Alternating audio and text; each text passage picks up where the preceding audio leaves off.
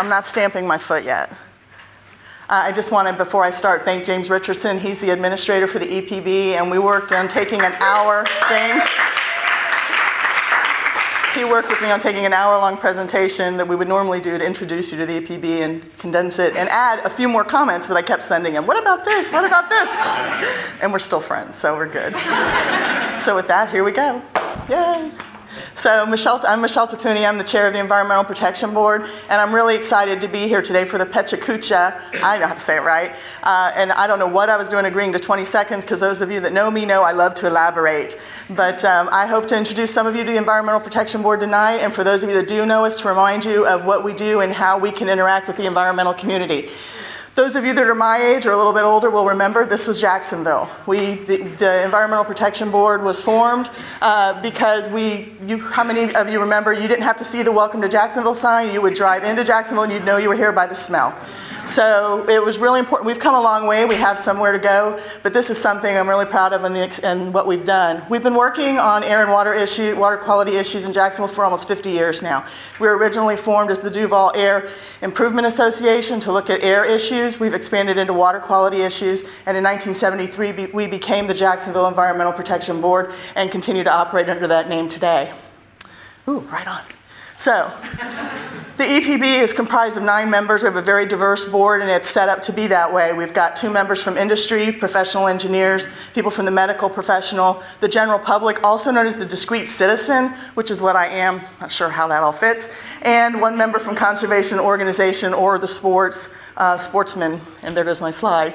I'm really excited to be a part of the people that you see up here. Nick Howland is our vice chair, and then we've got our engineers Bobby Baker, Tony Bellamy, and Amy Fu, as well as Dr. Rathor, Dr. Dagan, Steve Jenkins, who's our recent vice chair, or recent past chair, and then of course Dr. Lucinda Sonderberg, known as Lucy. A lot of you know her from JU. So, we have a unique role in city government structure. We were actually created by the state legislature and the city council. We do have regulatory authority, but because we are not an independent authority because we don't levy taxes, which I'm sure you're all happy about. Our primary goal is to serve as a regulatory body, but we also focus on air quality, odor, noise. Some of you we work really hard on issues like related to Metropolitan Park, Rockville, Funk Fest, and water quality, the things you wouldn't normally think of your Environmental Protection Board being involved in. This is kind of a view of some of the work that's done by the Environmental Quality Division, who we work very closely with. They respond to complaints everywhere from air, odor, open burning. We do water quality testing, air quality testing, noise monitoring, hazardous waste, sewer overflow, all these very exciting things, and some stack tests for the manufacturing industry. Our mission is simple: to improve the quality of life in Jacksonville through conservation and protection of the natural and urban environment through our regulatory positions in compliance, but also we really focus on education, awareness, and facilitation. And as chair, it's been really important to me to really focus more on the education piece.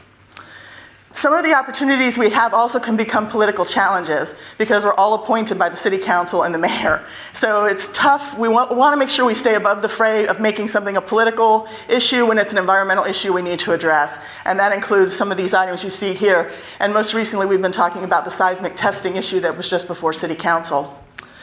We also get together as part of our yearly workshop, and we put together our legislative priorities on the state and federal level. Those are presented to the Duval delegation, and then we go to Tallahassee to work on those priorities as legislation comes forth that may have an impact on those priorities. We're very active.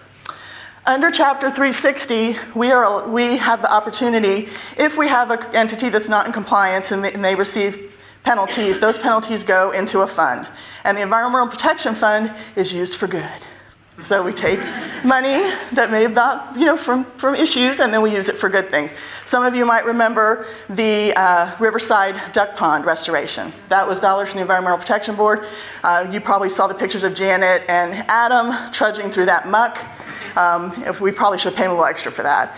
We also have some recent projects, including the geothermal project at Tree Hill. We also sponsor the St. Johns River reports every year, and we've just recently agreed to do 2 more years of those, 2 or 3.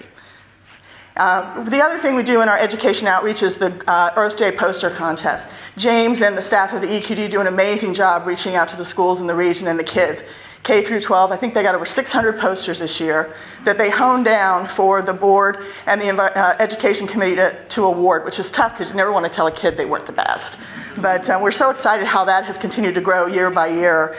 We also are sponsors. If there's a festival and it has anything to do with the river and the environment, I hope you'll see the EPB logo on there because those are really important to us. And we've been involved in the Clean Water Festival, the Newcomer Festival that's coming up, and all the other things that just went away in my 20 seconds. The Environmental Symposium, I really want to encourage you to come out to this. This is not just a technical symposium. It's at UNF on August 14th. Amazing topics. There's a lot going on in the city related to the environment. I'd love to see you out there. Also, nominations are open right now for the awards that the EPB gives out at that event, and the nominations are open until June 30th. One of the things I realized as I became the chair of the Environmental Protection Board, and I kind of knew it intuitively, is I'm working with a lot of women in the environmental and regulatory compliance side. I get those seconds back. We're also working with a lot of great men, but I'm so excited with the women that are leading the charge right now. Our chief of the Environmental Quality Division is Melissa Long. She comes from the DEP. Our general counsel that advises the board from the Office of General Counsel is Jody Brooks. She has an environmental law background. And then, of course, we have amazing partners, some of them sitting, and you're going to hear from even more of them tonight that aren't on this list, including Lisa Reineman, Dr. Piatti and Dr. Sonnenberg, Sarah Boren, Anna Dooley, Maria Mark, Dr. Don Emmerich, who just became the groundwork ED, and there are so many more that we could have continued to list, but as you can see, my 20 seconds are up. So thank you.